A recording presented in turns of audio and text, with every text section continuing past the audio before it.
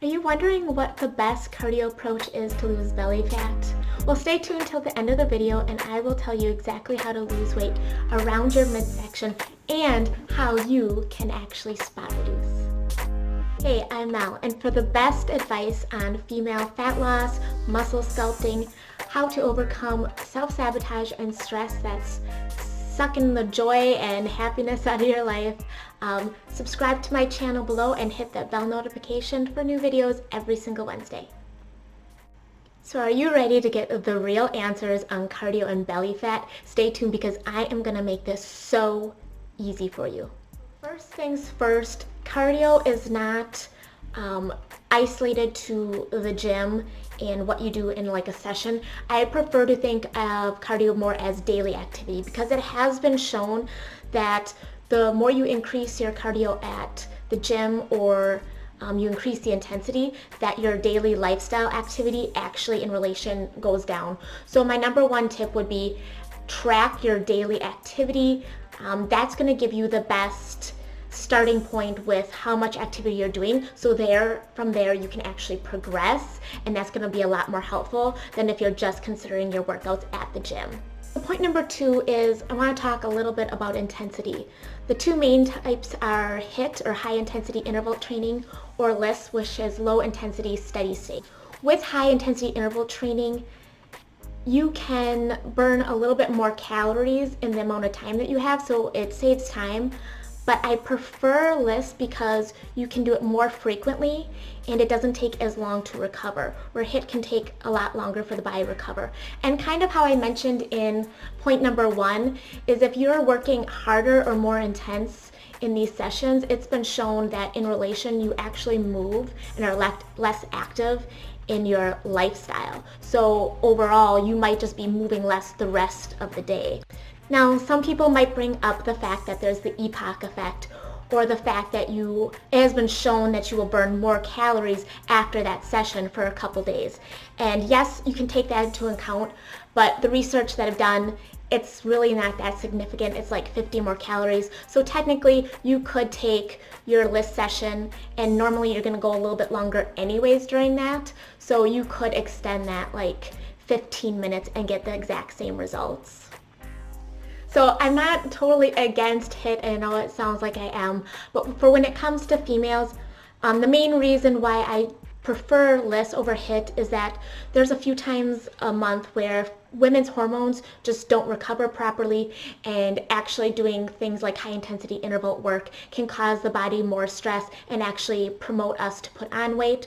So if you are going to do high intensity interval training, I would suggest only doing once or twice a week and only during week 2 and week 4 of the female cycle. If you know anything about this, or if you have questions or you want to learn a little bit more about that, comment below about cycles and I will make a video on that.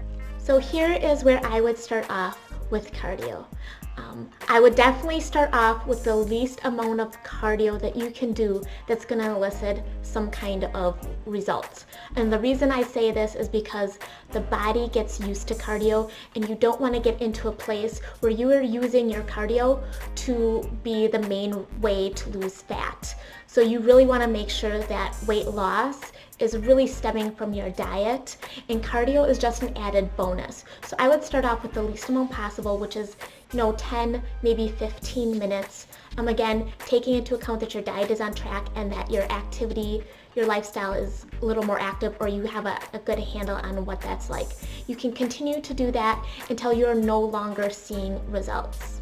Then you can start to slowly add more time to your cardio sessions, 10, 15 minutes here and there to each of your sessions. Again, you don't want to be doing a ton of cardio. You want to make sure that you're starting with the least amount and slowly progressing in your weight loss journey.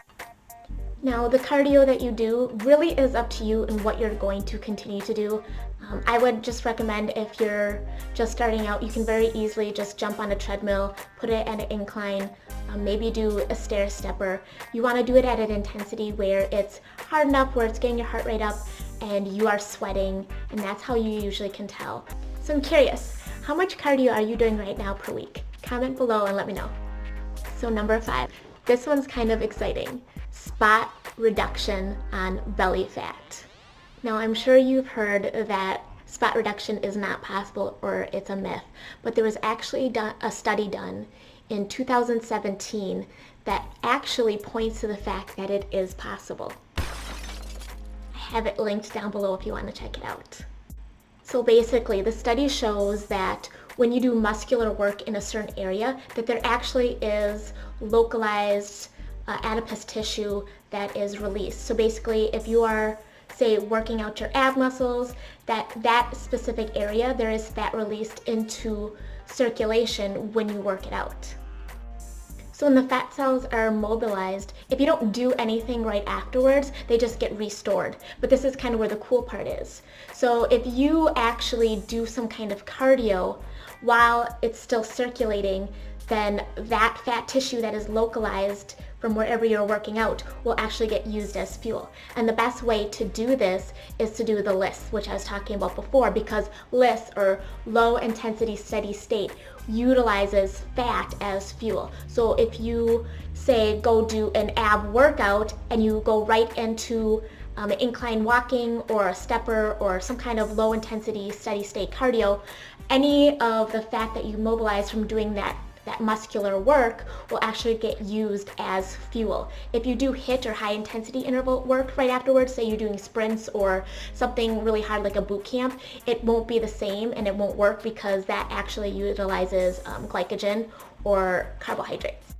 So how I use this in my own workout is I will do ab work and then I will do cardio, and because I don't want to lose any extra fat on my lower body because I'm pretty lean through my lower body, I make sure to not do any kind of cardio right after my glute or leg day. So I very intentionally started to plan my routines doing abs and then cardio and then legs and no cardio, and that's kind of how I divide it up. But again, this is only relevant if you want to spot reduce. If you're still in the place where you have a good amount of fat to lose, technically you're going to be losing it everywhere and you can't just lose weight here. So are you looking to spot reduce or are you looking for all over weight loss? Comment below and let me know. So now you know how much, how long, how intense, and how to spot reduce when it comes to cardio and belly fat. But how do you turn that into a full routine or lifestyle that works for you? Well, I actually created the How to Lose Weight, Get Sculpted, and Keep It Off guide just for that. It goes into everything female weight loss. It goes into how you should be lifting weights, how you should be eating, and then it also goes into the transition and how you go from a deficit or a fat loss mode to transitioning to a maintenance lifestyle, which can be the hardest part so that you don't put that weight back on. If you found this video helpful, please subscribe and share with your friends and like, and comment below helpful so I know that to make more videos just like this. Also, if you want to see me on a daily basis, I actually upload to Instagram every single day, especially in the stories, so you can follow me on Instagram at MelLaurenFit, and that will also be linked right below. Alright guys, I'll see you in the next one. Bye!